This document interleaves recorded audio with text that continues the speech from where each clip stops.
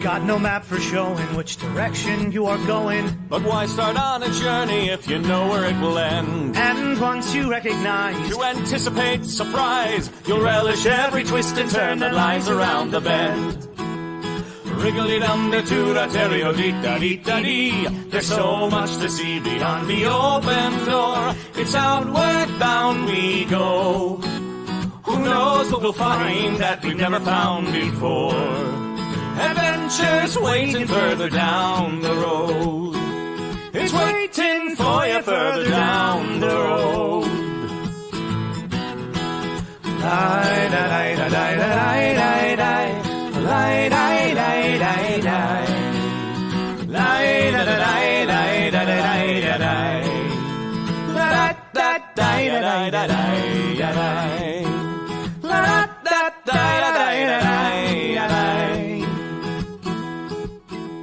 The world has got its demons. There are many reasons why you'd find it harder to be brave than be afraid. But every life could use some danger. Every friend was once a stranger. Ships are safe in harbor, but that's not why ships are made. Wriggly-dum-de-tooter-terrio-dee-da-dee. A fweet-da-dee-da-dee. There's so much to see beyond the open door. It's outward bound we go. Who knows what we'll find that we've never found before? Adventures waiting further down the road. It's waiting for you further down the road.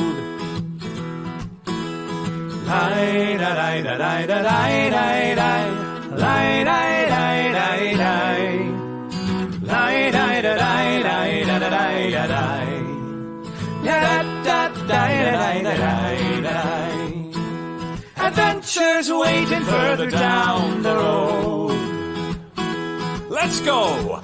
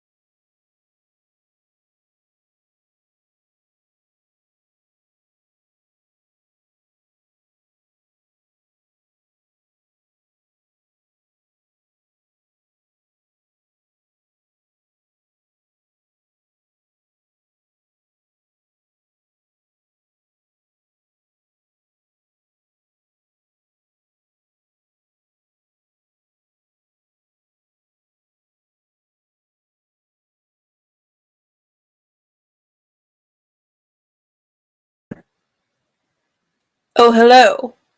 It's you again. I've brought you some tea. Oh, Jesus. I got my vaccine booster today in my left arm, and it's a little achy. Are you ready to get into bed? I sure am. Come on, everybody, get into bed. Let's do it. Hi, Sally. I'm drinking your tea. Just gonna just put that over here for aesthetics and for the noise. And gotta get this guy. Gotta tuck in because it's freezing. Are you warm out there? Okay, so we're gonna do ow.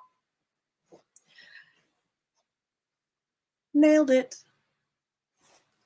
Hello and good evening, everybody. Ooh. Woo.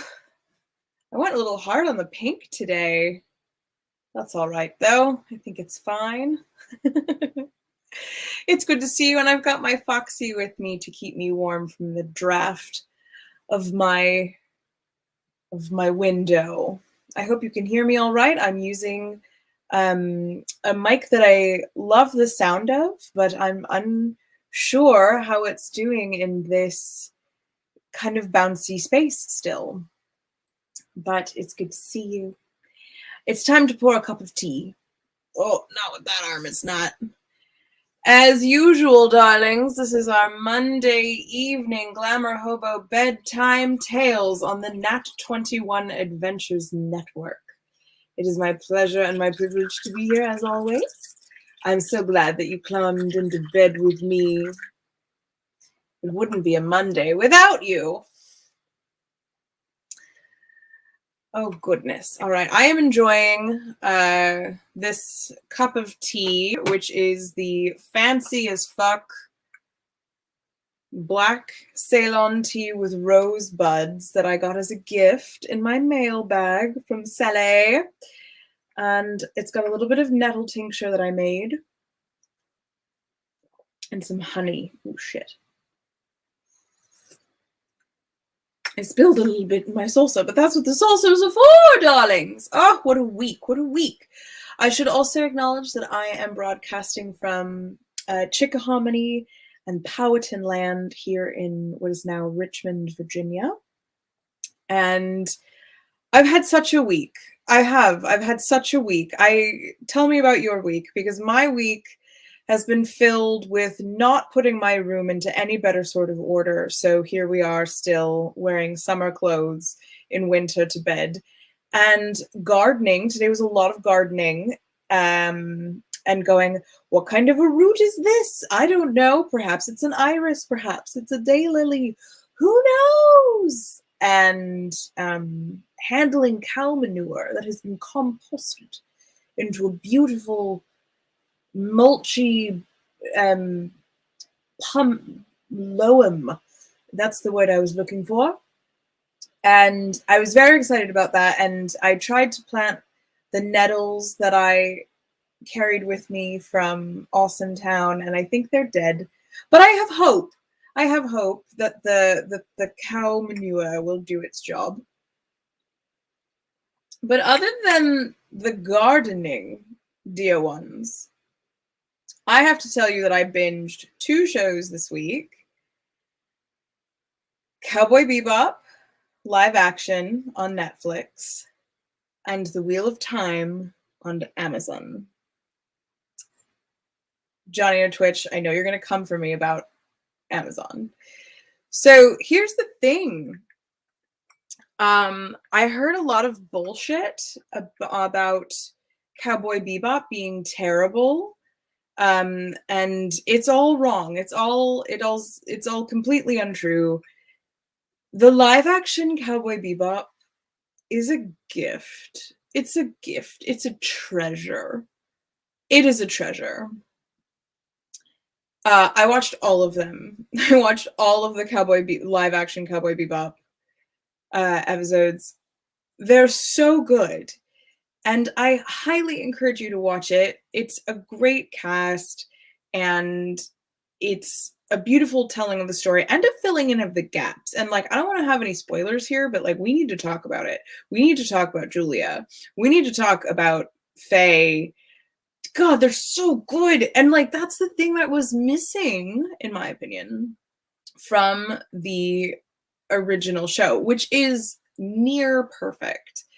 but it had such a lack of female agency in it, other than Faye being like gruff and badass, but like filled with tortured pain that she couldn't talk about, and having some sort of like she was in love with Spike but couldn't be with him kind of vibe. And I was like, at the time as a teenager, I was like, oh, so good. But like this version is so much more balanced, and the torture leads to action, and I forgot that Cowboy Bebop is in a cyberpunk future. Yeah, it really does get more interesting the more that you watch it, Sally. But I just totally had forgotten that Cowboy Bebop was in a cyberpunk future where we've colonized and terraformed the solar system. And it's so good because like I had a moment where I watched them park one of their spaceships next to a couple of junky cars. And I was like, I've never seen a spaceship and a car right next to each other like that in a show. It made me so happy. Hi, Reverend Tommy. So I cannot recommend it enough. It is so good. I will say that Jet's facial hair goes on a journey.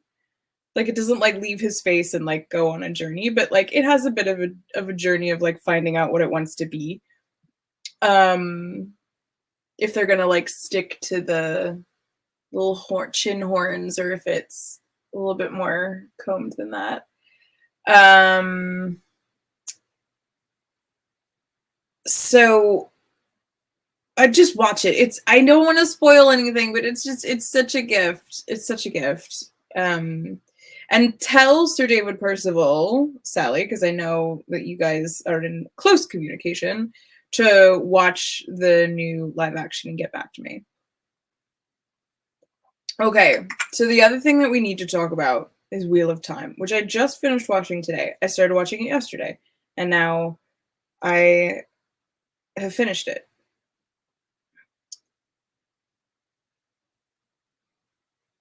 Reverend Tommy says, hello from the nightmare of packing an Airbnb that you have been living in for 2 months.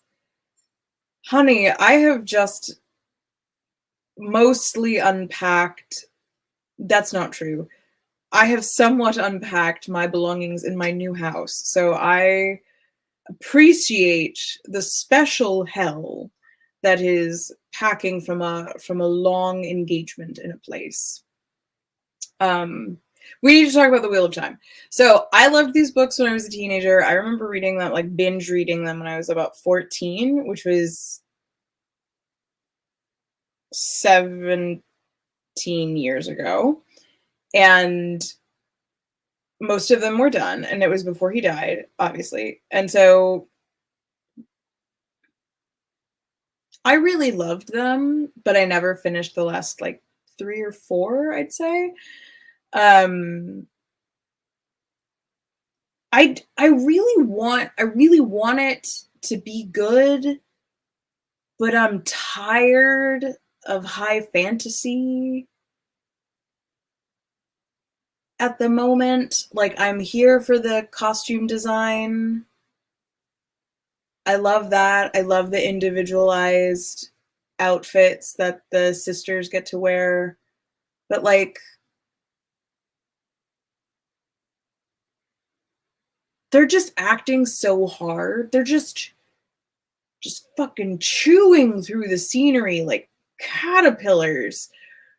And I don't know. I don't know. Like, the first episode is like, all the dialogue is so awful because it's very like, everything is the most important thing that has ever been said. I don't know. I don't know how I feel about it. I will say that Matt is the best character so far because he is such a fuck up and from a very damaged place, and he clearly is going to have the biggest journey. And they're calling her Nine Eve. I always called her Nineveh when I was reading it. She comes back in like episode 3, sorry, spoilers, and is just amazing. She's amazing when she comes back. It's like hot. So like I'm happy for her. But I just don't know how I feel about it. And there's only 4 episodes, which was very strange. Is there only supposed to be 4 episodes? I don't know how I feel about that. Yes, Sally, I am still doing costuming at King's Dominion. At the moment, me and little Foxy friend and my little Arctic fox. At the moment, I'm doing something that they call Winterfest, which is like Christmas threw up all over a theme park. And most of the people working it just love it. And the people who come love it. They just love it. And there's something really perfect about, and this is the same thing sort of with Haunt as well, but it's like much lower stakes. There's a joy in that when people love what they're doing and they're charmed by it. So I mostly maintain the creatures that like walk around the park in some sort of like, you know, I'm a candy cane, I'm a Napoleon, and it's like the dessert the Napoleon, but he's dressed like Napoleon Bonaparte, like stuff like that. I'm Jack Frost, you know, like I maintain those people.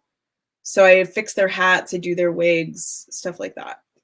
It's very low key compared to Haunt, which was like an assault every 10 minutes. This is just like joyful. People just love being there and they love seeing it. There's lots of kids. The highest pressure thing I did was that I had to work the parade, and part of your job during the parade, which goes of floats and dancers that like goes up through the whole park, is that you're supposed to stop people from running through the parade to try to get to the other side of the walkway in front of moving vehicles, or to like stop children from running for candy that might be thrown from a float. And so like my job the other night was to like be on guard. And within the first 2 minutes of the parade, I had to body check a man because he tried to run across in front of Santa's sleigh float. And I just, it was tense as fuck.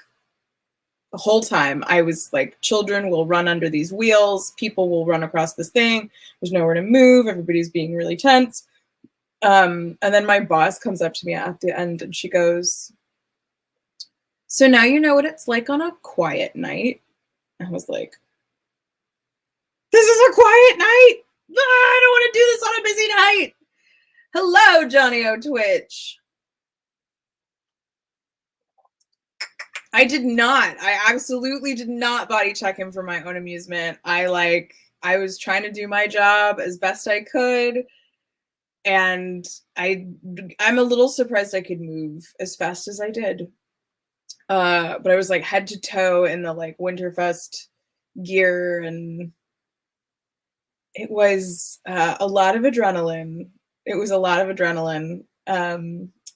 So he was pretty mad at me too. He was very angry at me for saying that he couldn't cross the space. And I'm like, I knew better than he did, other than the fact that like he shouldn't be walking across the path of a moving vehicle, was that there was nowhere for him to go on the other side. Like it was a fence. So if he had crossed the space, he would have been trapped against a fence and he would have had to cross back over. So it was a whole thing. All right. All right, darlings. So here we are, gathered. I'm using a different mic than usual. I've got a lot of pink and purple going on in the boudoir. The boudoir coloring is coming along. I am fighting the draft that I'm getting from the window behind me with my little Foxy that I got from Earthly Leather, which if you're a fan, say hey. And I think it's time for us to write a story. Don't you? All right. As per usual, I have the Lenormand deck. And again this week, because it went so well We're gonna do Dune. All right, darlings. Ow. As I mentioned, I got my booster shot today.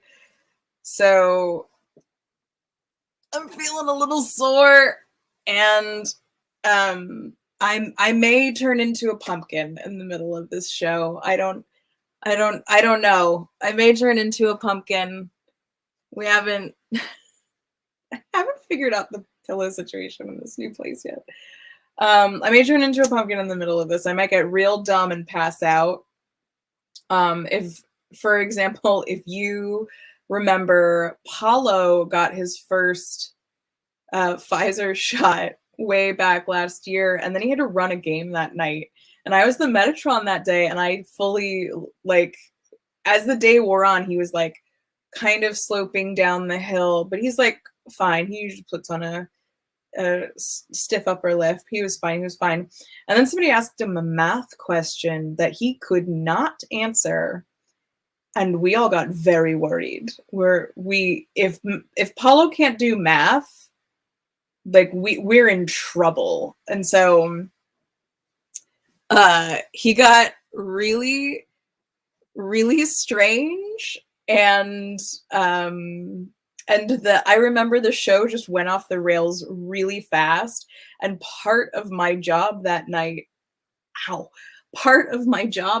was basically to like make sure that he didn't pass out, or if he did pass out, to like swoop in and save the moment, as the case may be.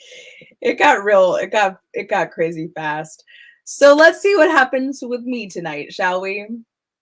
All right, as usual, darlings, I need 3 numbers between 1 and 36. By the way, I've been meaning to, I don't really edit this show on my YouTube when I post it up, and or on the Nat 21 YouTube. If you ever miss an episode, you can always go to the archive and watch past episodes. But I've been thinking about making a collection, editing down a collection of the stories that we write together, and making a little YouTube or Vimeo playlist of those, because they're pretty special. I like them. 39. How do I feel about Bermuda dropping the monarchy? I actually don't know anything about it. I have been in a moving hole, and also hearing about the ongoing refugee crisis between Belarus, Poland, and the rest of the EU, and now again outside of Italy. Like,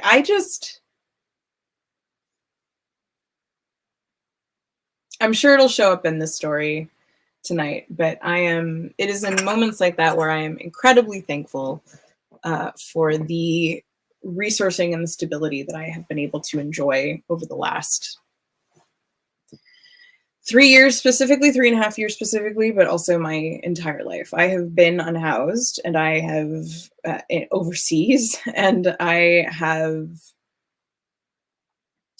brushed up very near dangerous situations, but I've never fully been in true danger. And maybe that's because of Fortuna, and maybe that's because of my wiliness, but I think it's also because of the connections that I've made along the way and the people who've been very generous with me. So I have a big spot in my heart and in my soul for refugees and people who are willing to walk across deserts and swim across oceans with only what they can carry in order to find somewhere safer, better, more in line with their values, whatever you want to say.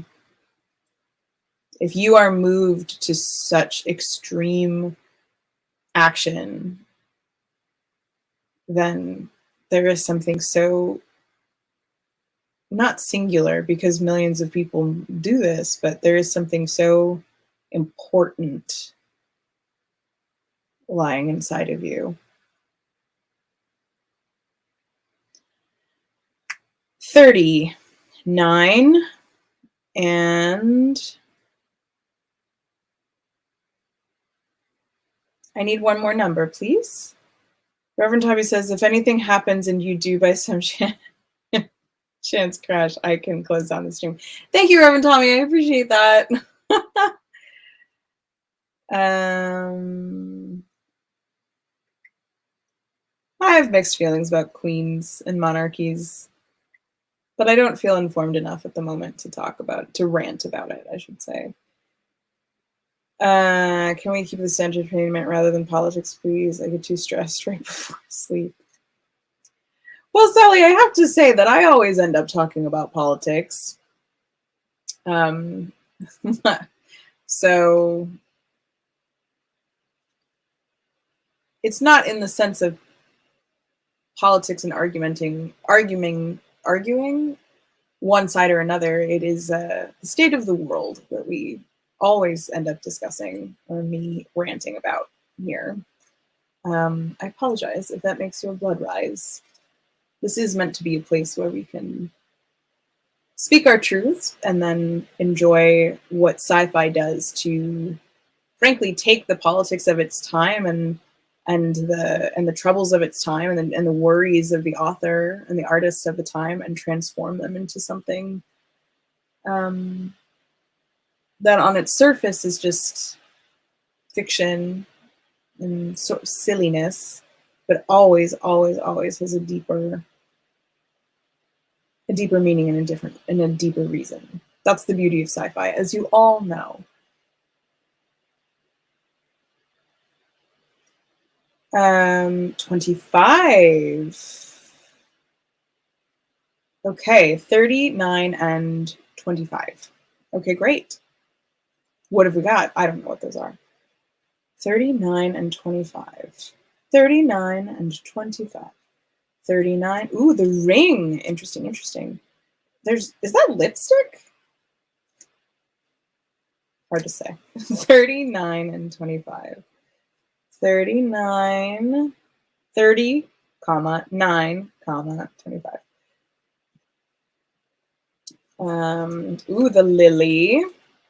39. Where's 9? It's the very last card. It's always the very last card. And the bouquet. All right. Let's think about that. Everybody gets a libation.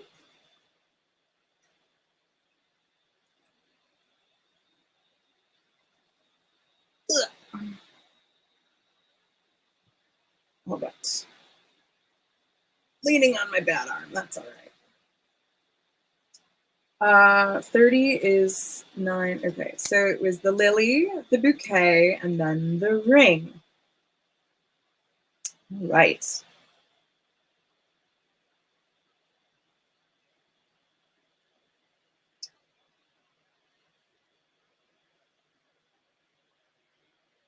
Once upon a time,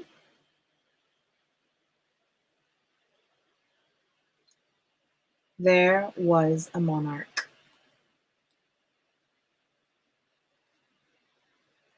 Wise, educated, kind, in love with books.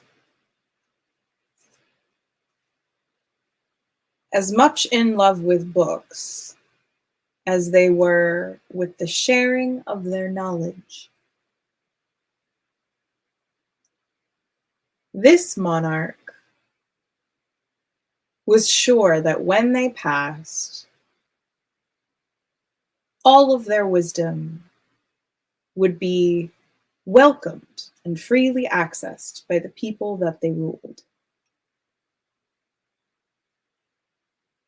Such is the truth of the Lily King. You may be wondering, how would this knowledge, this wisdom be passed and freely accessible? I'll tell you. The Lily King encoded every flower that grew in their land with poetry and stories and math equations. You could see physics explained in the thorns of roses. You could find sonnets underneath ferns. This is not a metaphor, it is literal. In this kingdom, known simply as the bouquet, the plants shared with you their literal knowledge as well as metaphorical. You could inhale the scent of a lily and understand the last true wishes of the Lily King. You could gather up lavender, just the buds, and understand the economics of the entire kingdom. You could lay upon the grass, short Bermuda grass, and understand medicines just for rolling around in it. The knowledge would prick you right into your skin and travel through your bloodstream. That itchy feeling when you get off of the grass was actually an education. The bouquet was a brilliant idea, but it was a closed system. It was a walled garden. It was small and insulated, which was really a shame, because all of this knowledge, this language of flowers, this wisdom of plants and botany was being held back from the rest of the world. But then, a small fox decided that it was its duty to share this knowledge beyond the borders of the bouquet. It was a calling. It was a vocation. It was the fox's responsibility and commitment to mischief that would push the information beyond the boundaries of its normal space. Foxes, citrine yellow or otherwise, are messengers, seven tails or one. Their mischief enlightens us, from culture to culture, from age to age. And so, this particular fox, after the death of the last Lily King, decided that it would steal a small piece of that wisdom and carry it into the rest of the world to show what wisdom and riches could be found. What it was a small ring that inside of its tiny, infinitesimal art of all of the flowers and plants native to the bouquet held their knowledge as well. The king usually wore this. It was like a key, and if you wore it on your hand, it would lead you to that space, to that library of natural botanist wisdom, to that perfect mathematical spiral that wound its way in the garden paths around the castle, which was like really just a large garden shed shape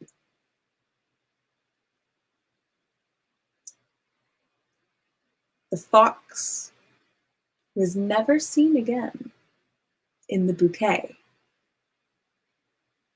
But they waited years, the people, because they knew that someone would show up eventually. The ring, whether it had been accepted gratefully, or if it had been stolen, or if it had been lost in the bottom of the sea, would wash up somewhere, and someone would put it on, and they would feel that tug. They would have the vocation, the commitment to search for knowledge, and it would bring them to that bouquet.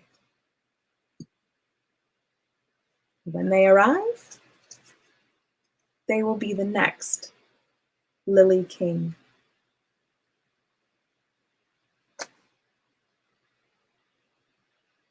That is the story that we have built for the evening, dear ones.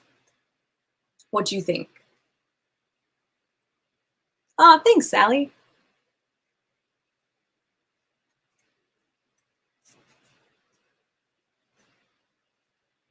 Is it time for some Dune? Let me ask, if you were to name the fox in the story, what would his name be?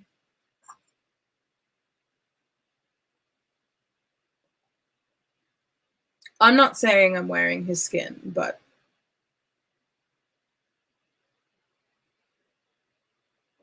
just drop it in the comments. We need a name.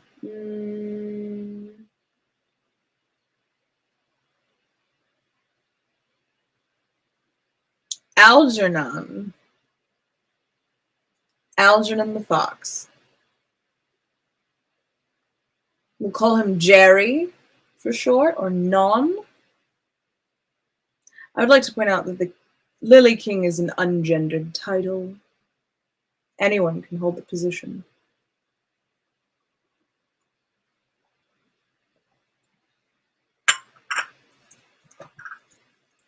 I'm going to top up on my tea before we dive into Dune. Get comfortable, darlings.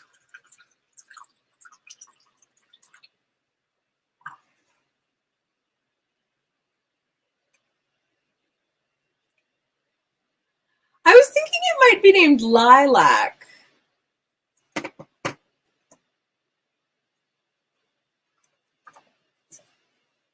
Lily the Fox, not Lily the King. Just saying. All right, dear ones, it's time. It's time for Dune. Larkspur. Interesting. I like it. I'm so fussy. All right. Are you ready? Are we ready?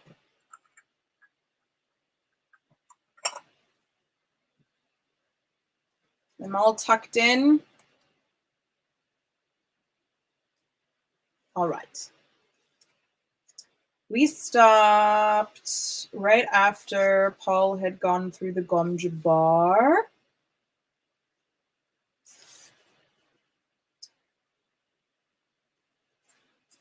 All right, little foxy.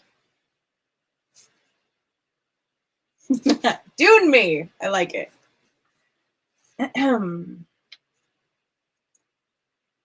To attempt an understanding of Muad'Dib without understanding his mortal enemies, the Harkonnens, is to attempt seeing truth without knowing falsehood. It is the attempt to see the light without knowing darkness. It cannot be. From the Manual of Muad'Dib by Princess Uilin.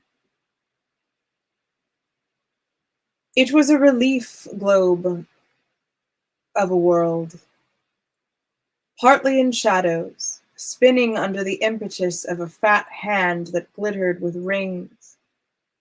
The globe sat on a free-form stand at one wall of a windowless room whose other walls presented a patchwork of multicolored scrolls, film books, tapes, and reels. Light glowed in the room from golden balls hanging in mobile suspensor fields. An ellipsoid desk with a top of jade-pink petrified alaca wood stood in the center of the room. Variform suspensor chairs ringed it, 2 of them occupied. In one sat a dark-haired youth of about 16 years, round of face and with sullen eyes. The other held a slender, short man with an effeminate face. Both youth and man stared at the globe, and the man half hidden in the shadows, spinning it. A chuckle sounded beside the globe. A basso voice rumbled out of the chuckle. "There it is, Piter, the biggest man-trap in all history, and the Duke's headed it to its jaws. Is it not a magnificent thing that I, the Baron Vladimir Harkonnen, do?" "Assuredly, Baron," said the man. His voice came out tenor with a sweet, musical quality. The fat hand descended onto the globe, stopped the spinning. Now all eyes in the room could focus on the motionless surface and see that it was the kind of globe made for wealthy collectors or planetary governors of the empire. It had the stamp of imperial handicraft about it. Latitude and longitude lines were laid in with hair-fine platinum wire. The polar caps were insets of the finest cloud milk diamonds. The fat hand moved, tracing details on the surface. "I invite you to observe," the basso voice rumbled. "Observe closely, Piter, and you too, Feyd-Rautha, my darling. From 60 degrees north to 70 degrees south, those exquisite ripples, their coloring. Does it not remind you of sweet caramels? And nowhere do you see blue lakes or rivers or seas. And these lovely polar caps so small. Could anyone mistake this place? Arrakis, truly unique, a superb setting for a unique story."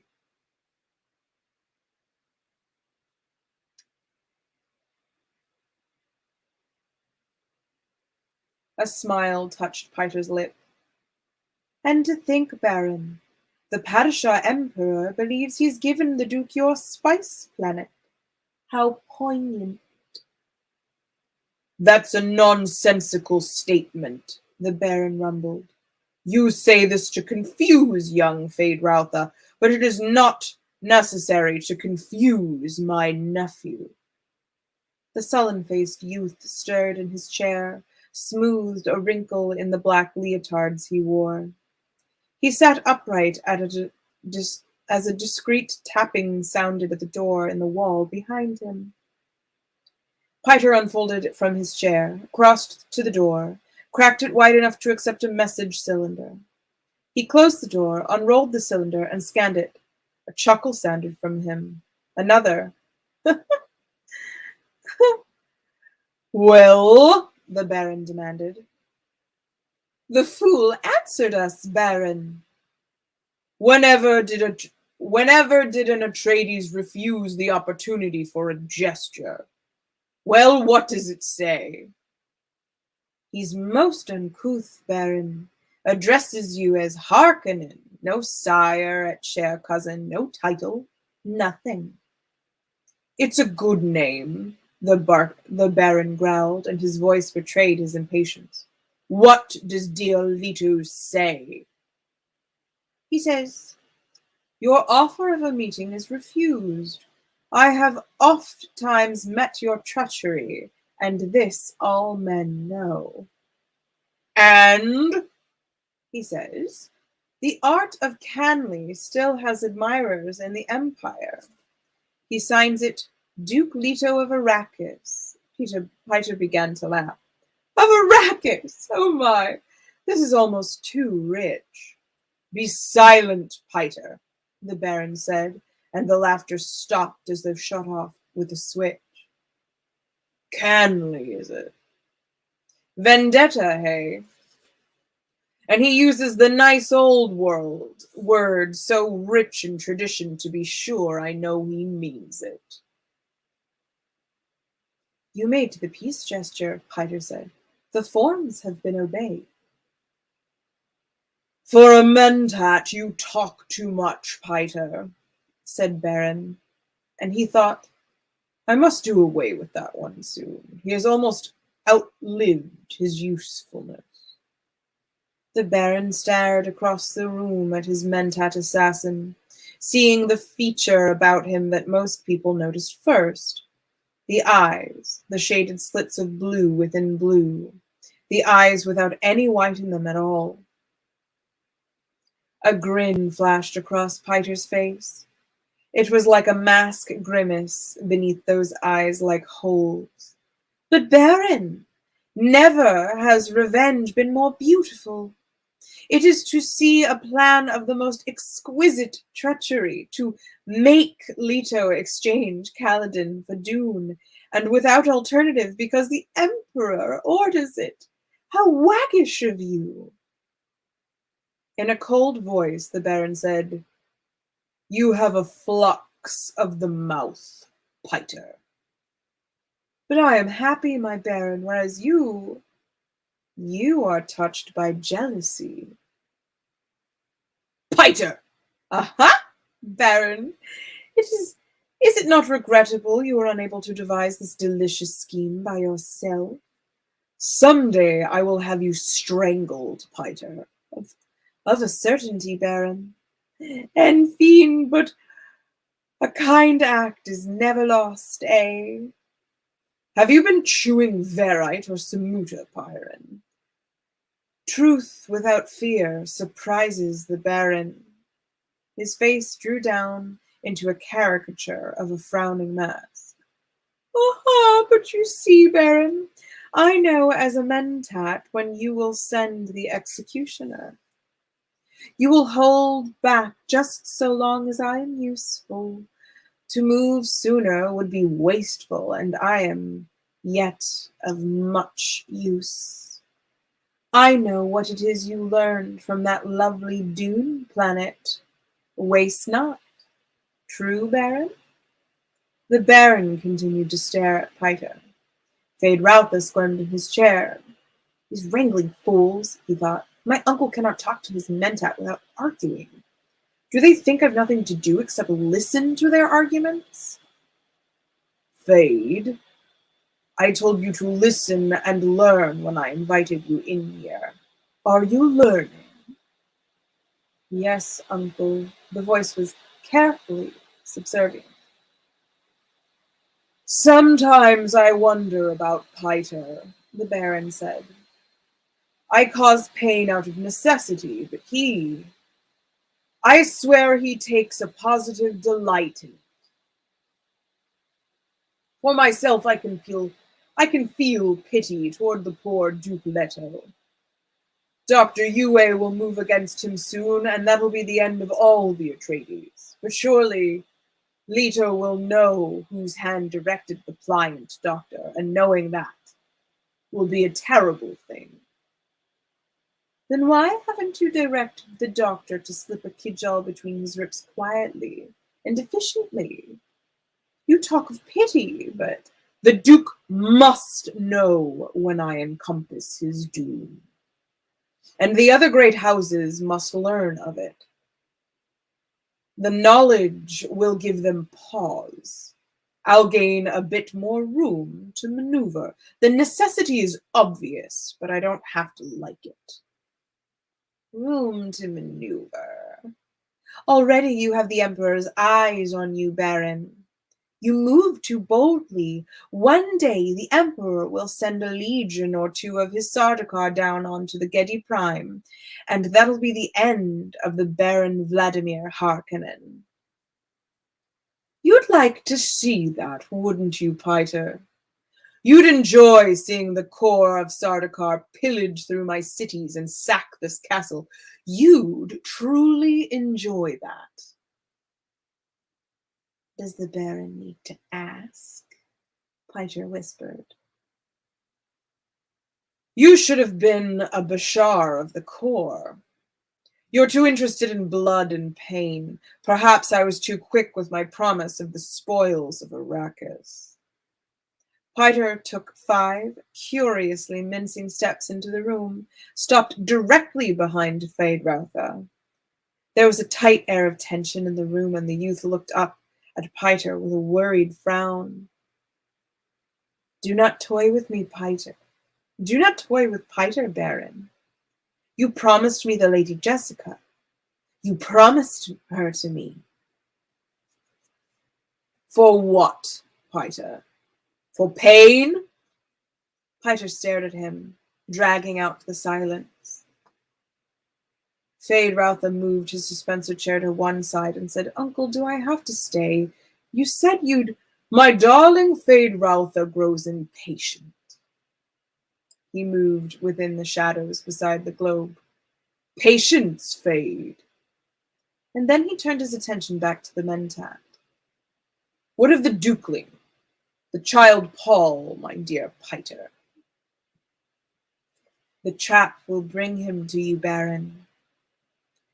That's not my question. You'll recall that you predicted the Bene Gesserit witch would bear a daughter to the Duke. You were wrong. Eh, Mentat? I'm not often wrong, Baron. Piter said for the first time there was fear in his voice. Give me that. I'm not often wrong. And you know yourself these Bene Gesserit bear mostly daughters. Even the Emperor's consort had produced only females. Uncle, said Feyd-Rautha, you'd said there'd be something important for me to listen to my nephew. He aspires to rule my barony, yet he cannot rule himself. The Baron stirred beside the globe, a shadow among shadows. Well then, Feyd-Rautha Harkonnen, I summon you here, hoping to teach you a bit of wisdom.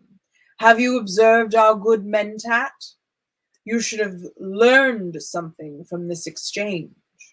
But, Uncle, a most efficient Mentat, Piter, wouldn't you say, Feyd?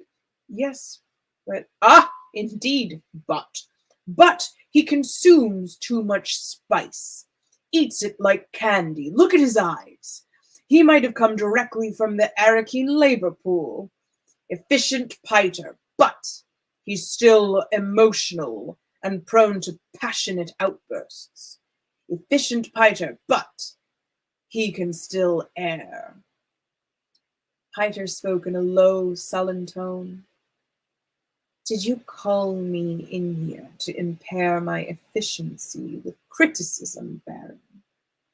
Impair your efficiency? You know me better, Piter. I wish only for my nephew to understand the limitations of a Mentat. Are you already training my replacement? Piter demanded. Replace you? Why, Piter, where could I find another Mentat with your cunning and venom? The same place you found me, Baron. Perhaps I should at that. You do seem a bit unstable lately, and the spice you eat. Are my pleasures too expensive, Baron? Do you object to them? My dear Piter, your pleasures are what tie you to me. How could I object to that? I merely wish my nephew to observe this about you. Then I'm on display. Shall I dance? Shall I perform my various functions for the eminent Feyd-Rautha? Precisely. You are on display. Now be silent. He glanced at Feyd-Rautha, noting his nephew's lips, the full and pouting look of them, the Harkonnen genetic marker now twisted slightly in amusement. This is a Mentat, Feyd. It has been trained and conditioned to perform certain duties. The fact that it's encased in a human body, however, must not be overlooked. A serious drawback, that. I sometimes think the ancients with their thinking machines had the right idea. They were toys compared to me, Piter snarled. You yourself, Baron, could outperform those machines. Perhaps. Oh well. Ugh, he belched. Now, Piter, outline for my nephew the salient features of our campaign against House Atreides. Function as a mentat for us, if you please. Baron, I've warned you not to trust one so young with this information. My observations of I'll be the judge of that. I gave you an order, mentat. Perform one of your various functions. So be it. He straightened, assuming an odd attitude of dignity, as though it were another mask, but this time clothing his entire body. In a few days, standard, the entire household of the Duke Leto will embark on a spacing guild liner for Arrakis. The guild will deposit them at the city of Arrakeen, rather than at our city of Carthage.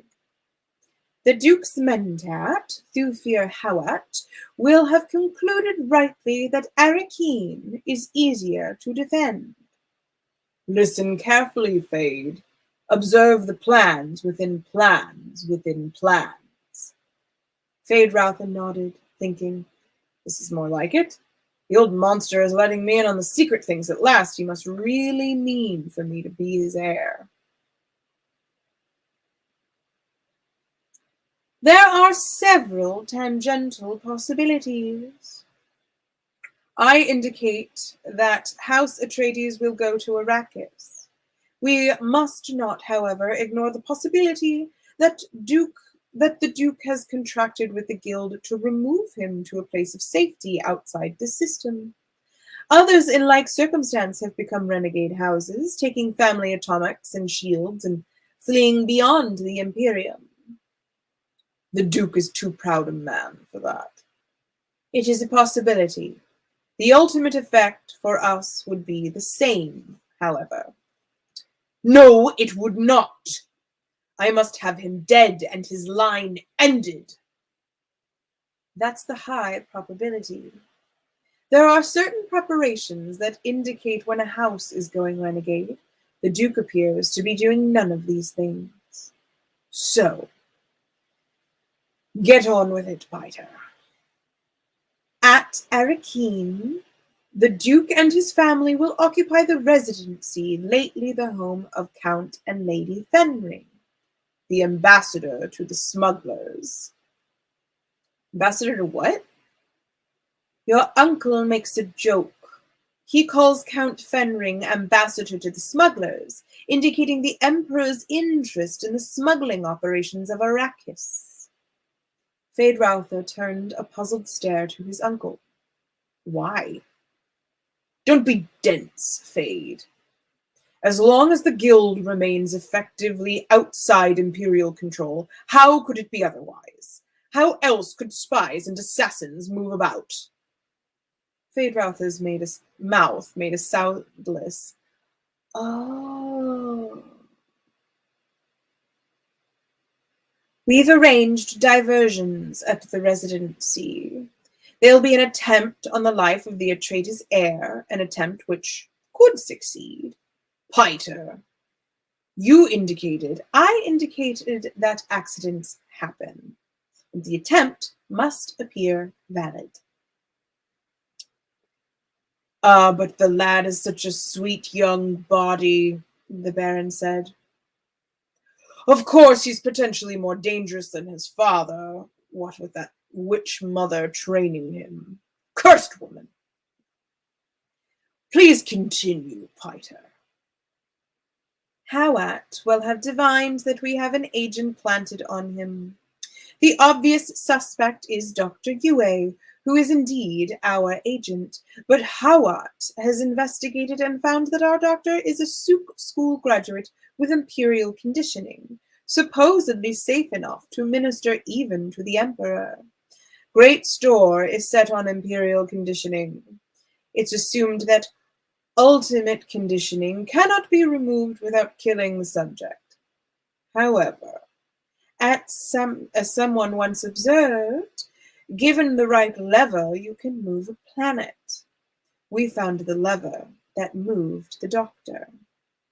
10 points to whoever knows where the quote, "Give me a lever long enough and I can move the world," into the comments.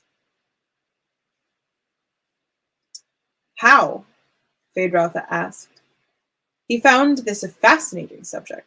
Everyone knew you couldn't subvert imperial conditioning. Another time. Continue, Piter. In place of UA, we'll drag a most interesting suspect across Howat's path. The very audacity of this suspect will recommend her to Howat's attention. Her? Feyd-Rautha asked. The Lady Jessica herself. Is it not sublime? Howat's mind will be so filled with this prospect, it'll impair his functions as a mentat.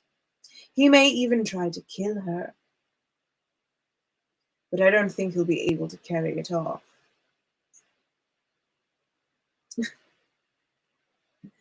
It was not Rowan the Bard. It was Galileo. Pretty sure. Someone Google that. I'm pretty sure it was Galileo. It might have been Da Vinci. Shit. I'm pretty sure it was Galileo.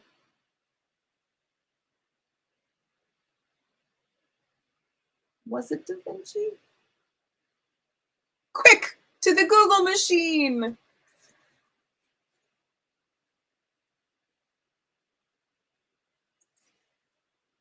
All right. It was Archimedes. I was like, no, it's older than that. It was Greek. Archimedes accidentally stabbed to death by the soldiers sent to collect him to use him for the ill intentions of an empire. Ask Dr. Professor Garbanzo to tell you that story, because it's amazing.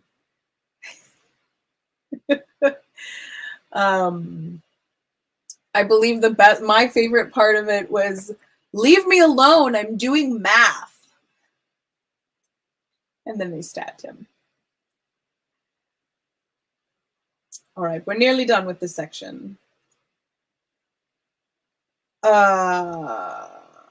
You don't want him to, eh? Don't distract me. While Howat's occupied with the Lady Jessica, we'll divert him further with uprisings in a few garrison towns and the like. These will be put down. The Duke must believe he's gaining a measure of security. Then, when the moment is right, we'll signal UA and move in with our major force. Go ahead, tell him all of it. We'll move in, strengthened by 2 legions of Sardaukar disguised in Harkonnen livery. Sardaukar! Feyd-Rautha breathed, his mind focused on the dread Imperial troops, the killers without mercy, the soldier fanatics of the Padishah Emperor. You see how I trust you, Feyd? No hint of this must ever reach another great house, else the Landsraad might unite against the Imperial House and there'd be chaos. The main point is this. Since House Harkonnen is being used to do the Imperial dirty work, we've gained a true advantage. It's a dangerous advantage, to be sure, but if used cautiously, will bring House Harkonnen greater wealth than that of any other house in the Imperium. You have no idea how much wealth is involved, Feyd. Not in your wildest imaginings. To begin, we'll have an irrevocable dictatorship of the Choem Company. Feyd-Rautha nodded. Wealth was the thing. Choem was the key to wealth, each noble house dipping from the company's coffers whatever it could under the power of the directorships. Those Choem directorships, They were the real evidence of the political power in the Imperium, passing with the shifts of voting strength within the Landsraad as it balanced itself against the Emperor and his supporters. The Duke Leto may attempt to flee to the New Fremen scum along the desert's edge, or he may try to send his family into that imagined security. But that path is blocked by one of His Majesty's agent, the planetary ecologist. You may remember him. Kynes. Fade remembers him. Get on with it. You do not drool very prettily, Baron. Get on with it, I command you, the Baron roared. Hyder shrugged. If matters go as planned, House Harkonnen will have a sub-fief on Arrakis within a standard year. Your uncle will have dispensation of that fief. His own personal agent will rule Arrakis. More profits, Feyd-Rautha said. Indeed, the Baron said, and thought, it's only just. We're the ones who tamed Arrakis, except for the few mongrel Fremen hiding in the skirts of the desert, and some tame smugglers bound to the planet almost as tightly as the native lava pool. And the great houses will know that the Baron has destroyed the Atreides. They will know. They will know. Loveliest of all is that the Duke will know too. He knows now. He can already feel the trap. It's true, the Duke knows. And his voice held a note of sadness. He could not help but know. More's the pity. The Baron moved out and away from the globe of Arrakis. As he emerged from the shadows, his figure took on a dimension, grossly and immensely fat, and with subtle bulges beneath folds of his dark robes to reveal that all this fat was sustained partially by portable suspensors harnessed to his flesh. He might weigh 200 standard kilos in actuality, but his feet would carry no more than 50 of them. I am hungry, the Baron rumbled, and he rubbed his protruding lips with his beringed hand. He stared at Feyd-Rautha through the fat and folded eyes. Send for food, my darling. We will eat before we retire. And that is the second little bit of June. And that is our time, darlings. This is my moment to remind you, ow, God damn it, to get your booster shot of your vaccine. My name is Carmel. I've been your GlamourHobo bedtime tale teller. If you're new here, I'm glad that you spent the evening in bed with me. If you've been nourishing the service, as Ruby Rod says, please leave a tip at the below points. Oh, ow, right there. Or join the GlamourHobo Nation. I have a couple of live shows coming up, which I'm very excited about. I will be down in Florida at the Orlando Mini Winter Fringe, doing the Marvelous Mechanical Musical Maiden. And also my audio immersive show, The Journey to the Kingdom of Hypnos, will be during their digital mini fringe right afterwards. So that's really exciting. And I'm going to Ireland in December over Christmas. So I'm very excited, but I will have a few weeks off for that adventure. But for now, I have to tell you, I am so excited to see you as always. It's such a treat. I hope that you enjoy this show and all of the other shows on this channel. And I'm going to show you something when I have it. Apparently I don't. Wait for it. Wait for it. There it is. Look at all these shows. So cool. Look at all these shows.